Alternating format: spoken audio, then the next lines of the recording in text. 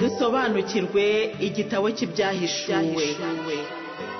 Ibyahishuriwe Yohani si ibanga, si amayobera, ahubwo ni ukuri kw'ibyabaye kuriho kandi kugiye kwigaragaza bidatsinze. Ku izina ry'Imana Data na Mwana na Roho Mutagatifu, amina. Gira amahoro ya Kristo umuvandimwe. Dukomeje rero gusobanukirwa igitabo cy'ibyahishuwe, kandi aho tugeze ni ukuri turashima Imana ko n'ibyo twumvaga bikomeye uyu munsi twamaze gusobanukirwa, ndetse tukabona byoroshye cyane. Hari abantu benshi bambwira bati ntabwo twari tuzi ko igitabo cy'ibyahishuwe gisobanutse rwose ndetse cyoroshye nk'uko ugisobanura.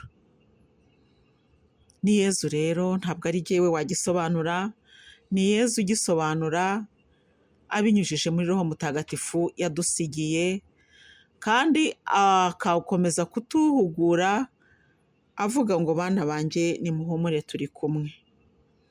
Muvandimwe mwiza rero, uyu munsi tugiye gusobanukirwa ku ijuru rishya n'isi nshya. Ubwo ni umutwe wa 21 w'igitabo cy'ibyahishuwe. Gira amahoro ya Kristo, jyewe uyakwifuriza kandi gusobanurira n'ubutumwa bwiza. Ndi umumararungu Marie Louise.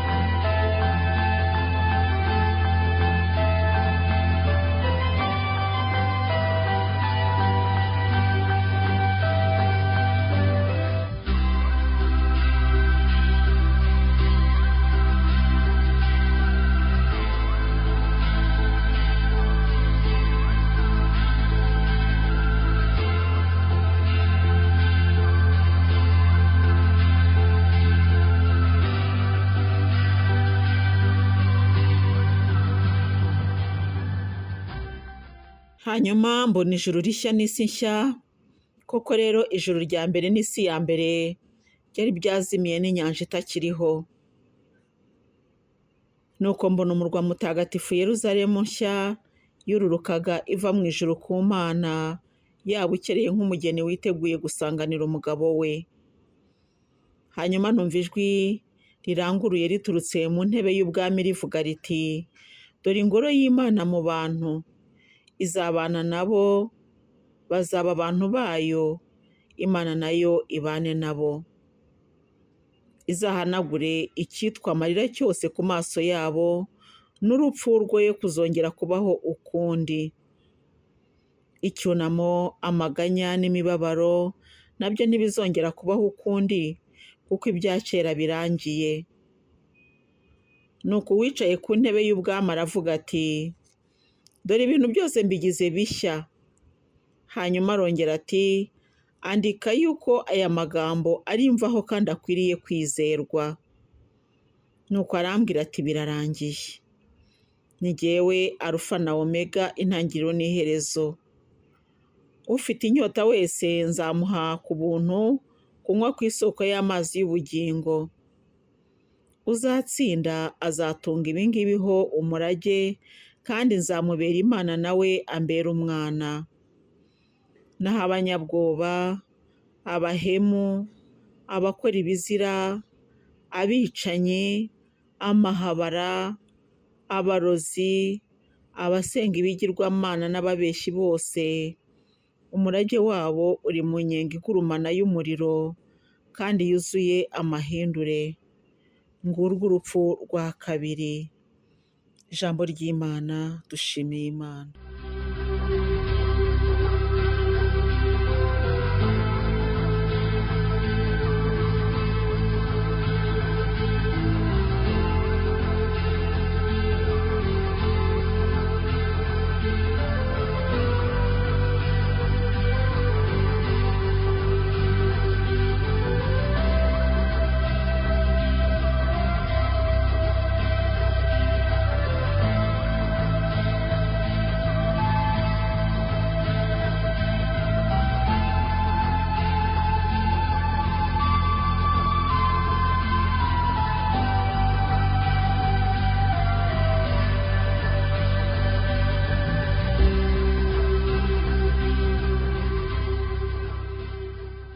Amakuru y'ijuru rishya n'isi nshya rero turayumva, ariko buriya twari dukwiye no kuyumvana na Yeruzalemu nshya, kuko hari umurwa hakaba n'ijuru rishya n'isi nshya. Ni ukuvuga ngo byose bizavaho, hazi bishya. Haleluya!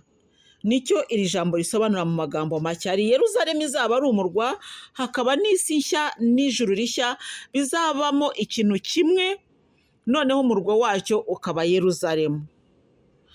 Ubwo rero ijuru rishya n'isi nshya, koko rero ijuru rya mbere n'isi ya mbere byari byazimiye n'inyanja itakiriho. Ibyo byo birumvikana, ni ukuvuga ngo icyitwa inyanja cyavuyeho, icyitwa isi kivaho, icyitwa ijuru rikivaho. Nuko mbona umurwa mutagatifu Yeruzalemu nshya yururukaga iva mu ijuru ku Mana, yaba ukereye nk'umugeni witeguye gusanganira umugabo we. Ni ukuvuga rero ngo Yeruzalemu yari yarateguwe, yari ihari, akaba ari umurwa w'icyo gihe isi izaba itakiriho n'ijuru ritakiriho, byose byose byahindutse bishya, Yeruzalemu ikaza ari umurwa. Noneho rero numva ijwi riranguruye riturutse mu ntebe y'ubwami rivuga riti, dore ingoro y'Imana mu bantu, izabana nabo, bazaba abantu bayo, Imana nayo ibane nabo. Izahanagure icyitwa amarira cyose ku maso yabo, n'urupfu rwoye kuzongera kubaho ukundi. Rwa rupfu rwa kabiri rero twarubonye, twamaze kumenya amakuru yarwo, ko ari igihe kizagera rugatsinsurwa burundu, rumaze kurohwa hehe? Mu nyenga igurumana. Ibyo twarabimenye. Noneho rero nirumara kuvaho, hazaba hasigaye icyo bita umudendezo. Ijuru rishya n'isi nshya, nuko ntabwo tuzongera kurira ukundi, nta kintu cyitwa umubabaro, mbese ibi byose bizaba byavuyeho. Ibya kera byose bizaba birangiye. Ubwo ni ukuvuga mbese bizaba birangiye, ibyo birumvikana. Nuko uwicaye ku ntebe y'ubwami aravuga ati, dore ibintu byose mbigize bishya. Ni ukuvuga ngo ibya kera nibimara kuvaho, hazaza ibindi bishya. Ibyo bishya rero nibyo twebwe tuzaturamo abubashye Imana. Haleluya! Ni ukuvuga ngo ubu ngubu ibibi n'ibyiza biravanze, ikibi n'icyiza biraturanye, kandi bigashobora kuba ahantu hamwe. Ariko hari igihe kizagera aho umuhinzi azavangura urumamfu n'ingano. Ubwo rero urumamfu ruzatwikwa, ingano zihunikwe. Icyo gihe rero cyo guhunika no gutwika nicyo Nyagasani Yezu atubwira, igihe cy'ivangura. Kuvangura rero bizabaho uyu munsi, ariko bitaraba. Ikibi n'icyiza biraturanye, ikibi n'icyiza biragendana, ariko hari igihe kizagera bivangurwe, umva buri cyose kijya ukwacyo. Ikibi kijya ukwacyo, icyiza kijya ukwacyo, mbese ibintu bisobanuke rwose. Haleluya! Icyo gihe rero abo mu kibi bazajya gutura ukwabo, bature mu bibi byabo. Abo mu cyiza bajya gutura ukwabo, bature mu byiza byabo ubuziraherezo. Ni urwo rugamba rwa nyuma, no gutsinda kwa nyuma ni uko nguko bizagenda. Nuko wicaye ku ntebe y'ubwami aravuga ati, dore ibintu byose mbigize bishya. Hanyuma arongera ati, andika yuko aya magambo ari imvaho kandi akwiriye kwizerwa. Nuko arambwira ati, birarangiye. Ni njyewe Alufa na Omega, intangiriro n'iherezo. Birarangiye rero, ni ukuvuga birujujwe. Aya magambo Nyagasani Yezu yayavugiye ku musaraba, ashaka kuvuga ko hari urugamba rurangiye. Ibi birarangiye rero. Noneho ni ukuvuga ngo isi ntabwo izongera kubaho ukundi, ijuru ntizongera kubaho ukundi, byabaye icyiza cyagiye hamwe, hanyuma umuriro n'ukuzimu byameze abo bigomba kumira. Birarangiye. Atariko andika ko aya magambo ari imvaho kandi akwiye kwizerwa. Ni njye Alufa na Omega, ni njye ntangiriro nkaba n'iherezo. Ni ukuvuga ngo Yezu numurebamo intangiriro y'ubuzima bwawe, ukamurebamo iherezo ry'ubuzima bwawe, n'ukuri uzahora mu mahoro. Uzatsinda azatunga ufite inyota wese, nzamuha ku buntu kunywa ku isoko y'amazi y'ubugingo. Uzatsinda azatunga ibingibiho umurage, kandi nzamubera Imana nawe ambera umwana. no kuvuga ngo ibi ni ibihembo tuzabona nitwubaha Imana tukayubahisha, ibi byose tuzabyakiraho ibihembo. Naho abanyabwoba rero, abahemu, ni ukuvuga ngo ba bandi babi none, abanyabwoba, abahemu, abakora ibizira, abicanyi, amahabara, abarozi, abasenga ibigirwamana n'ababeshyi bose, umurage wabo uri mu nyenga igurumana y'umuriro kandi yuzuye amahindure, ngurwo urupfu rwa kabiri. Ni ukuvuga ngo icyo gihe abo bazahanwa n'icyo gihe abo bazahembwa, urupfu rwa kabiri ruzaba rubaye, kuko nta rundi rupfu ruzongera kubaho, nta rindi zuka rizongera kubaho, ahubwo hazabaho umubabaro w'iteka. Urumva rero muvandimwe, uwo mubabaro w'iteka uzabaho. Uyu munsi rero ukuntu ibintu bihagaze ni uko ikibi n'ikiza biri kumwe, kandi noneho abapfuye ababi bakaba, mbese abapfuye bo basa naho bamaze gutandukana, ababi bari ukwabo n'abeza bari ukwabo. Igisigaye ni ukongera kuzuka, bakazukira gucibwa urubanza kugira ngo noneho bahabwe ibihano by'iteka. Icyo gihe cyo guhabwa ibihano by'iteka rero niho urupfu rwa kabiri. Mbese ubwo urupfu rwa kabiri nta nubwo wavuga ngo ni ugusinzira, ahubwo urupfu rwa kabiri wavuga ko ari uguterurwa kw'abantu bajya mu bihande byabo, guterurwa. Naho uyu munsi barasinziriye, bazakangukira rero kwakira ibihembo n'ibihano, hanyuma buri wese ajye ahe. Rero niyo mpamvu ngiye mpora nshishikariza abavandimwe, abagenzi bagana mu ijuru, nimwitwararike bavandimwe, mwitwararike ntimuzarimbuke mwokabyaramo. Tekereza ububabare bw'iteka, ntawe uzagutabara, ntiwatakira Imana ngo yumve. Hari agatabo twigeze gusoma k'icyongereza, A Divine Revelation of Hell. Ako gatabo katubwira ukuntu abariyo bari gutaka bavuza induru, ariko nta kindi gishoboka. Ibyo rero bikavuga iki? Bikavuga ko urupfu rw'iteka ruzabaho. Abo bariyo n'uyu munsi barababaye yego, ariko ntibarababazwa bya nyabyo. Muvandimwe mwiza, ububabare buzabaho. Niyo mpamvu mbwira abantu, mwihangane dukorere ijuru pe. Sekibi ntatwoshye, sekibi ntadutware ngo twibagize ko hari ibihembo byiza. Reka rero twumve n'amakuru y'ijuru rishya n'isi nshya, tuyumva ariko turi no muri Yeruzalemu nshya. Haleluya. Birakwiriye rero ko tumenya ko Yeruzalemu nshya nayo izabaho, ikaba umurwa w'iri juru rishya n'isi nshya. Reka rero twitse gatoya, hanyuma dukomeze tuganire.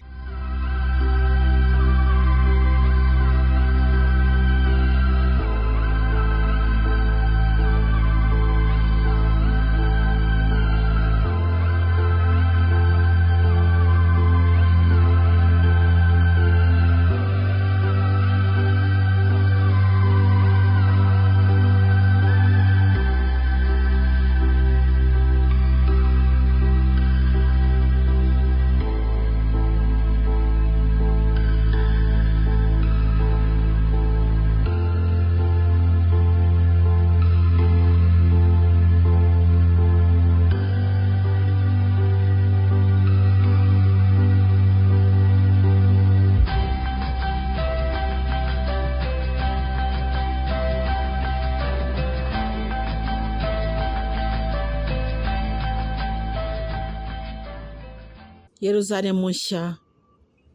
Nuko haza umwe muri ba bamarayika barindwi bari bafite inkongoro ndwi zuzuyemo ibyorezo birindwi by'imperuka, maze arambwira ati, ngwino nkwereke umwari, umugeni wa ntama. Ubwo njyanwa buroho ku musozi munini kandi muremure, maze anyereka umurwa mutagatifu Yeruzalemu yururukaga iva mu ijuru ku Mana. Warabagiranaga wisesuyeho ikuzo ry'Imana ubwayo, ububengerane bwayo bwari bumeze nk'ibuye ry'agaciro gakomeye, mbese nk'ibuye rya yasipi ibonerana. Uwo murwa wari uzengurutswe n'inkike nini kandi ndende, ukagira amarembo 12, kandi kuri ayo marembo hakaba abamarayika 12 n'amazina yanditseho. Ayo mazina ni ay'imiryango 12 y'Abayisiraheli. Mu burasirazuba hari amarembo 3, mu majyaruguru amarembo 3, mu majyepfo amarembo 3, no mu burengerazuba amarembo 3.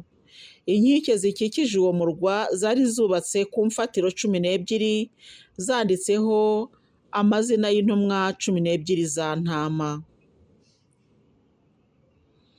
Uwamvugishaga yari afite igipimisho cy'ikibingo cya zahabu kugira ngo apime umurwa, amarembo yawo n'inkike yawo. Uwo murwa wari ufite impande enye zingana, uburebure n'ubugari bwawo bikareshya. Nuko umumarayika awupimisha cya kibingo, ugira amasitadi 12,000 kandi uburebure bwawo ugira ubugari n'ubuhagarike bireshya. Hanyuma apima n'inkike zawo zigira imikono 144 ukurikije igipimisho cya muntu umumarayika yakoreshaga. Inkike zari zubatswe n'amabuye ya yasipi, naho umurwa wubatswe na zahabu iyunguruye kandi ibonerana nk'ikirahure. Ku mfatiro z'inkike y'umurwa hari hometseho amabuye y'ubwoko bwose bw'agaciro gakomeye. Urufatiro rwa mbere rwari rwubakishije amabuye ya yasipi, urwa kabiri amabuye ya safiri, urwa gatatu amabuye ya kirizodine, karisedoni, urwa kane amabuye ya emerodi, urwa gatanu amabuye ya sarudoni, urwa gatandatu amabuye ya korinarine, urwa karindwi amabuye ya kirisolite, urwa munani amabuye ya beril, urwa cyenda amabuye ya topazi, urwa 10 amabuye ya kirizoparasi, urwa 11 amabuye ya hiyasinta, urwa 12 amabuye ya emetisita. Amarembo uko ari 12 yari akozwe mu masaro 12, buri rembo rikozwe mu isaro rimwe. Naho ikibuga cy'umurwa kikaba zahabu iyunguruye, mbese nk'ikirahure kibonerana. Ariko rero nta ngoro nabonye muri uwo murwa, kuko ingoro yawo ari Nyagasani nyirizina, Imana ishobora byose hamwe na ntama.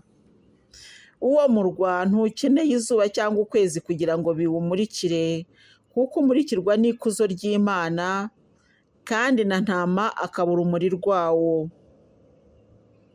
Amahanga azagenda ayobowe n'urumuri rwawo, n'abami b'isi bazawuzanire ikuzo ryabo.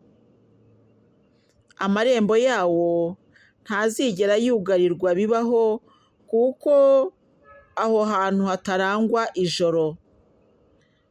Bazawuzanamo ikuzo n'icyubahiro by'amahanga, kandi icyanduye icyo ari cyo cyose ntikizawinjiramo.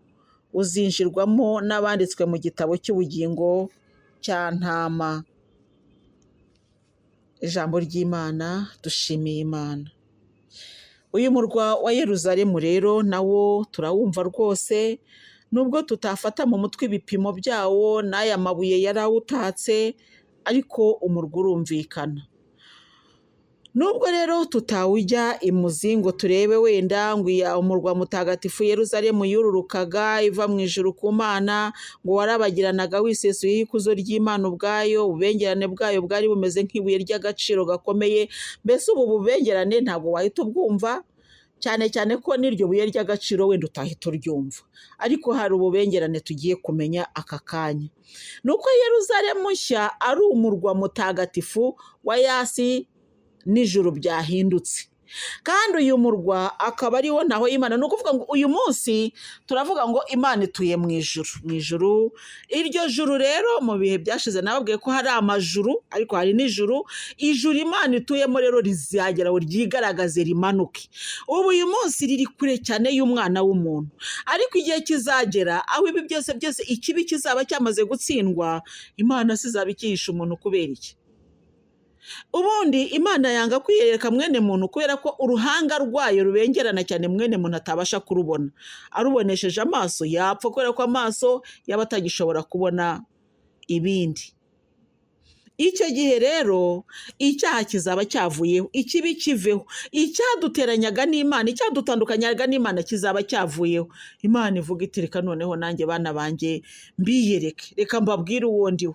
Nubwo noneho izakuraho bya bindi byose byadukingirizaga, hanyuma tukayireba uko imeze. Noneho rya juru ntabwo rizaguma kuba mu ijuru, kuko tuzaba twarazamuwe. Yego, Imana ni Yesu naza tuzamusanganira mu bicu, ariko namara gukuraho ijuru n'isi, ijuru rivuyeho n'isi ivuyeho, ubwo ni ukuvuga ngo tuzaba turebana. Noneho twaba turi mu bicu, twaba se twagarutse hano ku isi, noneho ibyo byose byavuye twamanutse. Iyo avuga ngo yururukaga, ni ukuvuga ngo yamanukaga. Kururuka ni ukumanuka. Bivuga ngo twebwe tuzazamuka duhure, kuko nawe azaza aturutse ku bicu kandi azamanuka aje ku bicu, sibyo? Naza rero twebwe tuzazamuka kumusanganira mu kirere. Nitumara kumuhobera rero, ubwo tuzatura mu kirere, ntabwo tuzaba tukiri hano ku isi, nta nubwo tuzaba turi muri iki kirere, ahubwo tuzaba turi aho ngaho. Aho rero niho ubukwe buzabera. Noneho Yeruzalemu nayo yigaragaza, imanuke noneho, haleluya, imanuke ize iture rwagati muri twe. Bizaba ari ibirori bitazagira iherezo. Niyo mpamvu mbwira abantu nimwihangane mwokabyara mwe, ibi bintu bitugoye mwakwihanganye tukabitsinda rwose, tukazatunga isi ijuru ho umurage, isi n'ijuru ho umurage, kuko hari abazatunga isi ho umurage, ariko iyo si ntabwo ari iyi si uyu munsi. N'abazatunga ijuru ntabwo ari iryo juru ry'icyo gihe, ahubwo byose bizaba byabaye iki? Bishya. Haleluya. Ibishya rero nibyo tuzatunga, ntabwo tuzatunga iyi si iriho ubutaka ngo twongere tujye guhinga. Oya, iyo si izaba itakiriyo. Kandi buriya rega isi nta nubwo ari mbi, nubwo twayangije tuyisiga ububi bwacu. Isi yari nziza, yari irimo maze na paradizo.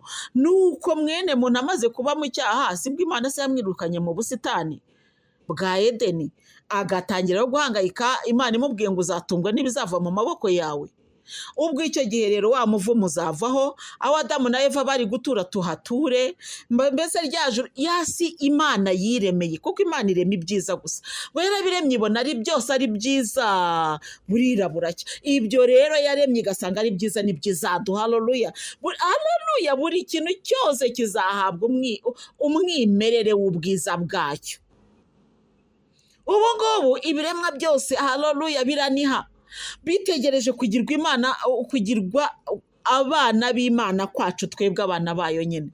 Ubu birategereje. Icyo gihe rero nibimara kubibona, ibiremwa byose bizakira ubushanguke, ibiremwa byose bizongera bibe byiza, byambara ubwiza bw'abana b'Imana, maze ibintu byose bigende neza. Izi ndabyo mureba zizaririmba, ibi byatsi bizaba ari byiza cyane, mbese ibintu byose bizaba ari byiza. Hari igihe kimwe Nyagasani Yesu yigeze kuntembereza, anjyana aho aba, kuko narabimusabye nkamubwira nko se ubahe, mbese numvaga mfite amatsiko yo kumenya aho aba. Yaje rero icyo gihe nari ndyamye. Buriya rero Nyagasani Yesu agira inzira. Nagize ikintu cyitwa hypotension, kandi sinongeye kuyigera, ariko icyo gihe nagize hypotension ya cyane, ndagenda nkumva ndimo kugenda rwose mbyumva. Ubwo rero nagiye kubona, mbona Yesu araje muri iyo hypotension ya cyane, ndi kugenda ngenda, araza mfata akaboko arantembereza. Yanjyanye ahantu nabonaga ibyatsi, mbese ikintu nabanje kubona ni la verdure, mbese ahantu nka jaride y'icyatsi, ariko ntabwo ari iki cyatsi cyacu nk'iki cyatsi tubona. Oyange nabonaga ari icyatsi gikeye, icyatsi gikeye pe. Ntabwo nzi ko ndibuze kubisobanura, mbese reka mvuge ni ibyo nabonye byari byiza cyane, nyinshi cyane. Nuko ubwo rero ndagenda, yamfashe akaboko nkabona turimo kugenda dutera intambwe, ariko imeze nko kunyerera. Ntabwo twateraga intambwe kuri uyu muntu atera intambwe, kandi nabonaga dusa n'abihuta ukuntu. Amfashe akaboko, ariko ngo nkagenda muganiriza, ariko namubaza nkabona aracecetse. Nabonaga mbese dukataje nk'abafite aho tugiye. Noneho tuza kugera ahantu, ubwo twanyuraga nyine muri utwo twatsi twiza, tuza kugera ahantu rero hari ubusitani bw'ibiti. Noneho ibiti mwokabyara sinzi uko nabisobanura. Ibiti byageraga gutya, bimwe bikava ibindi bikava hariya bigahuriranamo hagati. Noneho Yezu nge na Yezu tugacamo hagati, ariko uko nguko ibyo biti byari bihuye, indabyo z'ibyo biti zararirimbaga, ukumva zifite amajwi meza, utuntu twiza, mbese ibintu byiza cyane udashobora kubona uko wabisobanura. Icyo nashakaga kuvuga cyane na aho hantu ko naje kugaruka, twarakomeje anyereka n'ibindi. Uyu munsi ntabwo ari cyo cyanzinduye kubivuga, ariko iyo uko kugenda urwo rugendo rumeze gutya aho hantu narahabonye pe. Reka mbabwire bavandi, tutagiye no mu magambo wenda menshi n'ibisobanuro birebire, natwe twagerageza kubyumva. Iyo uzarebe umuperezida aho atuye haba ariho hambere, mbese niho hambere mu gihugu, haba ari heza pe. Hari n'abandi bashobora kubaka, ariko ntabwo bakubaka kurusha perezida wa repubulika aho yababa, haba ari ahambere. Kera abami babaga wenda kera bataramenya kuba bakora iby'iterambere, ariko ibwami habaga ariho hantu hambere. Wenda hari mu byatsi yego, ariko ibyatsi bibaje neza, bijije neza, mbese aho umwami ataha, aho umuperezida ataha, aba ari ahantu heza, kandi koko birakwiriye. Oya birakwiriye rwose, ntabwo mvuga ngo ariko ngo kuki ngo bamushyira heza ngo ari umuntu nk'abandi. Hoya, perezida ntabwo aba ari umuntu nk'abandi, aba ari umuntu w'ikirenga, ariko umuntu ugira ikibazo igihugu cyose kigahungabana, aba ari umuntu rero udasanzwe. Yego wenda ku mubiri aba ari umuntu, ariko mu by'ukuri ntabwo aba ari umuntu usanzwe. Niyo mpamvu umuntu udasanzwe aba akwiriye no kuba ahantu hadasanzwe, kandi agahabwa icyubahiro kidasanzwe, ibintu bye byose ntibisanzwe. Haleluya, kuko atari umuntu usanzwe. Ibyo byumvikane rwose. Kandi Imana idutegeka kubaha abayobozi b'ibihugu byacu, mbese gukunda abayobozi tukanabasengera. Haleluya, turasenga nyine, tugasenga tukabasengera, tukabereka Imana, tukabashyira mu biganza by'Imana, kuko batubereye abayobozi. Buryo umuyobozi mubi n'igihugu kiba kibi. Ko rero iyo turya tukanywa tukaruhuka, ukavuga uti ngiye aha n'aha, ngiye gutembera aha n'aha, buryo ujye wibuka gushimira Imana yatanze ubwo buyobozi buguhaye n'ayo mahoro. Tungiye gusengera hana, ujye wimbuka gushimira Imana yatanze ubwo buyobozi bwemera ko ayo masengesho aba, kuko hari ibihugu babuza abantu gusenga, ugasanga nyine gusenga ari uko ugomba kwihisha, ari intambara zikomeye. Ako kari agaciyemo. Ariko icyo nashakaga kuvuga nuko aho umwami aba, aho umutegetsi aba, haba ari heza pe. Reka rero tugere ku ijuru. Ijuru Imana koko yaduhaye ibi byiza tubonesha amaso, amazu meza, yewe ibintu mbese ikoranabuhanga rikuzana n'ibindi byiza cyane, hanyuma tukabona Imana yabitanze ibiha abantu, nuko yo iriyima. Oya, ibyayo byo mbese birarenze.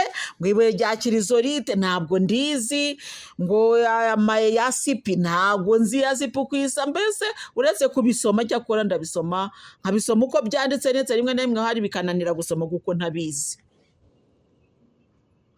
Muvandimwe nkunda, Imana yarafashe umurwa wayo irawutaka, havuga iti ndabyihaye byose, hanyuma abantu bajye bafata utwo turapfa. Burya bya bindi abantu barwanira, bya bindi ujye ubona ngo iki gihugu ngo gifite ngo umutungo kamere, burya n'uturapfa. Ni utuntu twagiye dusaguka ku by'Imana ifite, nuko yatujugunya hariya abantu bakaturwanira. Wasanga ngo igihugu ngo gifite ngo umutungo kamere ngo mwinshi cyane wa hehe? Umutungo kamere kuri mu ijuru, ahubwo ijuru ry'amahoro. Haleluya. Kandi ko ngiye nashishikariza abantu kuzatunga uwo mutungo kamere wo mu ijuru, kuko tutazigera tugira ibibazo namba. Mu ijuru ntabwo tuzahangayika, kandi ntawe uzabitwambura, ntawe uzaturwanya. Ubu ngubu rero njya numva bavuga iyo ufite zahabu ntabwo ugenda uyanitse, zahabu irahenze kandi bari ikintu cyiza, ariko iyo ufite ntabwo yerekana, urayihisha cyane ntabwo kugira ngo batakwica, ntiwumva. Ariko twebwe ubukungu bwo mu ijoro tuzaba tubutwara rwose ku mugaragaro, ntawe ugufitiye ishyari, kuko nawe azaba afite ibye. Tuzaba turi mu mahoro. Muvandimwe mwiza rero, iyi Yeruzalemu nshya urayumva, inkike zayo wazumvise, mbese uko Yeruzalemu imeze wabyumvise. Wenda nushaka no kubimenya kurushaho, nawe uzabisome. Urufatiro rwa mbere rwari rumeze gutya, rwa kabiri rwari rumeze gutya, mbese izo mfatiro inkingi nyine zayo, ubwo ni urufatiro ni inkingi. ubwo aho ngaho nyine ukumva uko yari imeze, ukumva uko yari itatse, ukumva ibyari biyirimo, ukavuga uti n'umurwa w'Imana. Haleluya. Uyu murwa mukuru nubwo navuga ngo ni kapitali y'isi n'ijuru byahindutse bishya. Urumva rero kuvuga ngo turagerageza kwimagina ngo aya mabuye ya kirizolite ntabwo twabivamo, kuko se nacyo Imana iri kutwigisha uyu munsi. Ahubwo ikintu Nyagasani Yezu ashaka ko tumenya ni uko hari igihe ibishaje bizavaho hakaza ibishya. Ibyo bishya nibimara kuza rero nibwo tuzaruhuka imiruho n'imihate, tubitunge tudafite rutangira, tudafite kuvuga ngo ayiwe ngo bura cyangwa babitwambura, ntacyo twikanga, ntacyo twishisha, kuko tuzaba turi kumwe na Yezu. Amakuru nayo ngayo, ibisigaye ni uko ukomeza kureba mu ijuru. Ariko amakuru yo turayumvise. Ayo makuru umuvandimwe nizere ko akubatse. Ayo makuru nizere ko ari icyo akubwiye. Ayo makuru nizere yuko, haleluya, hari uburyo nawe ugiye kwitegura. Ntabwo mbibabwira kugira ngo mumenye ngo ngo burya ngo hazabaho ijuru rishya n'isi nshya. Ujya kubimenya ntacyo byatumarira niba tutazaturamo. Ndagira rero ngo ubimenye, kandi nubimenya ubyiteho. Bityo rero wera imbuto, kandi imbuto yawe igumeho. Niwera imbuto uyu munsi, niwera imbuto ejo, ngo niba ujya mu gitondo bivemo, oya, igumeho. Ubukristo bwawe niba mu mwambaro w'uyu munsi ngo ejo ube wawukuyemo, uzaba umukristo, ukomeze ube umukristo, n'ejo bundi uri umukristo. Mbese ubukristo bwawe bubeho kugeza iteka n'iteka, ubwo Nyagasani azaza guhemba babyiteguye, nawe ukazaba urimo. Erega hari abazinjira mu ijuru, nawe rero ndifuza ko wabamo, kandi nanjye numva nifuza kuzabamo. Gusa nyine kubera ko nzi ko bitoroshye, murambisaba Yezu, mwinginga yo kabyara nkamubwa neza, uzambabarire, uzanyakire mu ijuru ry'amahoro. Ati humura mwana wanjye. Ariko ntibibura ko ugeraho ukavuga utese koko iyi si ko irimo gukwega abantu, ko ndi kubona ibi bintu biri mu isi y'uyu munsi binteye ubwoba.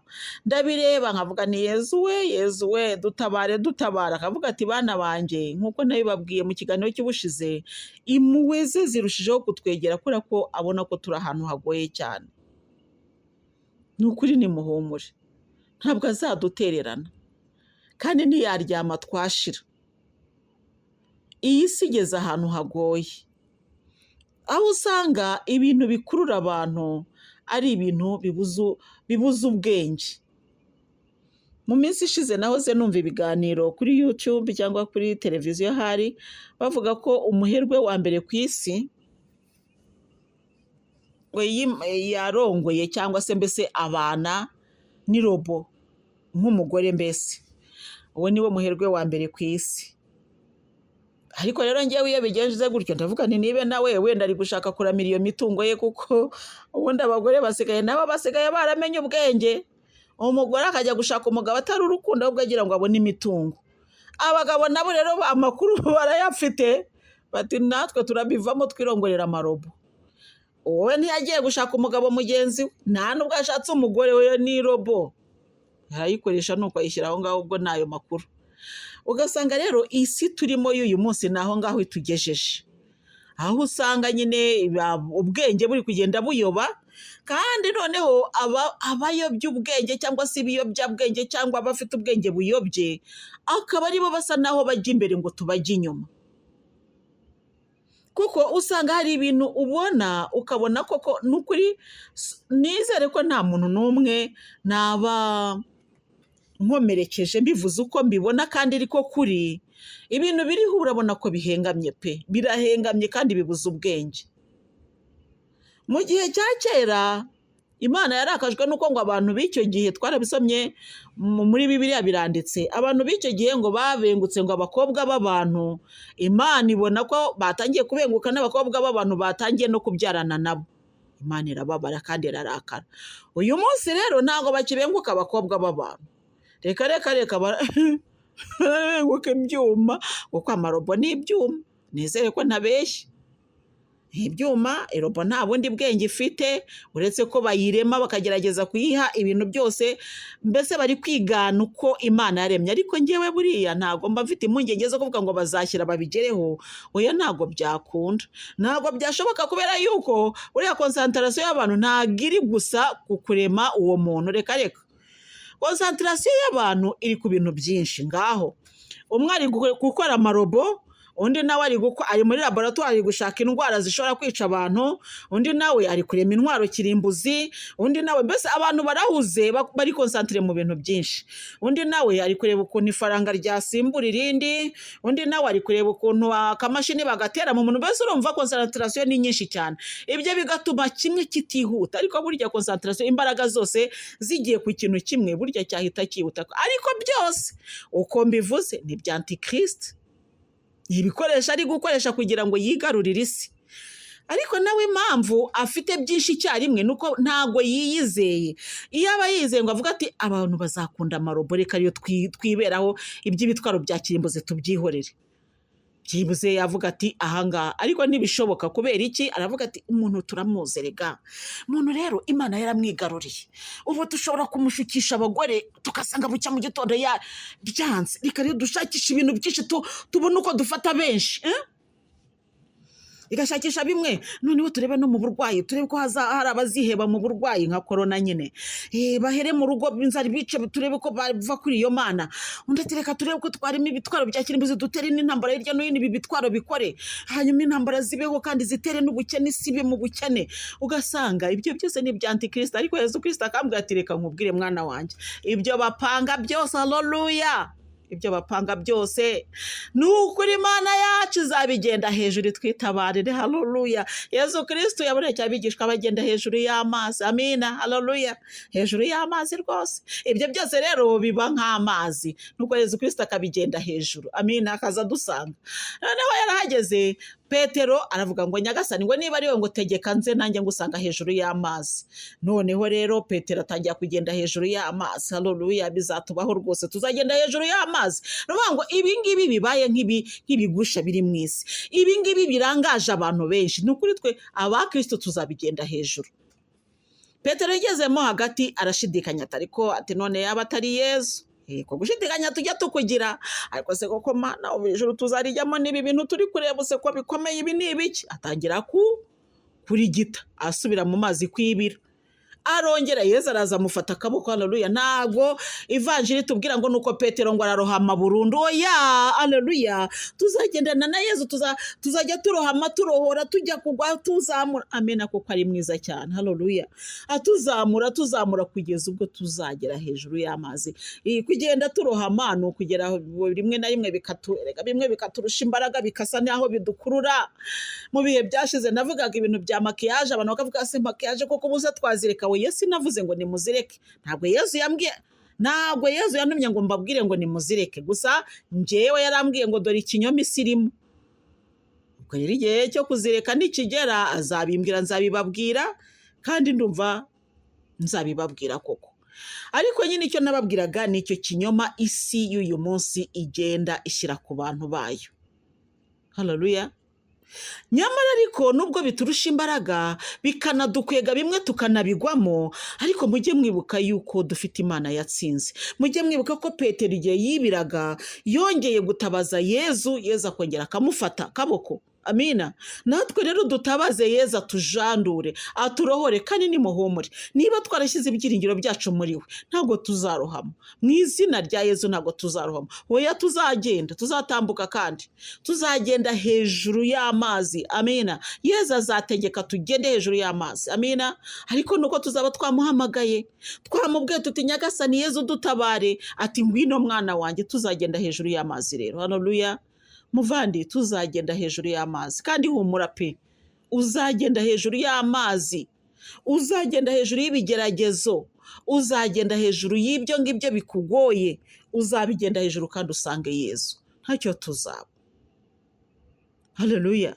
Iyi Yeruzalemu nshya tuzayibamo tureba Imana uko iri by'ukuri, tutakivuga ngo umuntu yabonekewe ngo yabonye Yezu, tuzaba tumureba tuganira nawe dutera ibiparu, mbese tuganira. Iki gihe rero kizabaho, ari nacyo kinzindura buri gihe, cyangwa se kituma nza buri gihe iwanyu cyangwa iwawe, cyangwa se mbese nkubwira nti wakwihanganye wowe kabyara we ugakiza amagara yawe. Gukiza amagara yawe si ukugira gute, si ikindi, ntabwo Yezu Kristo ari kukubwira ngo yakiza ngo wiyahura oya, wiyica oya. Kiza amagara yawe, ubaha amategeko y'Imana, wihanganire kugeragezwa utegereje kuzatabarwa. Hari ikindi, wihanganire ibikugoye ariko utegereje Imana, kandi wibuke ko ibyo yakoze yabikoze ku bushake bwayo, n'ibisigaye izabikorera kwiyubahisha. Gira amahoro. Ku izina ry'Imana Data na Mwana na Roho Mutagatifu. Amina. Dusobanukirwe igitabo cy'ibyahishuwe. Ibyahishuriwe Yohani si ibanga, si amayobera, ahubwo ni ukuri kw'ibyabaye, kuriho kandi kugiye kwigaragaza bidatsinze.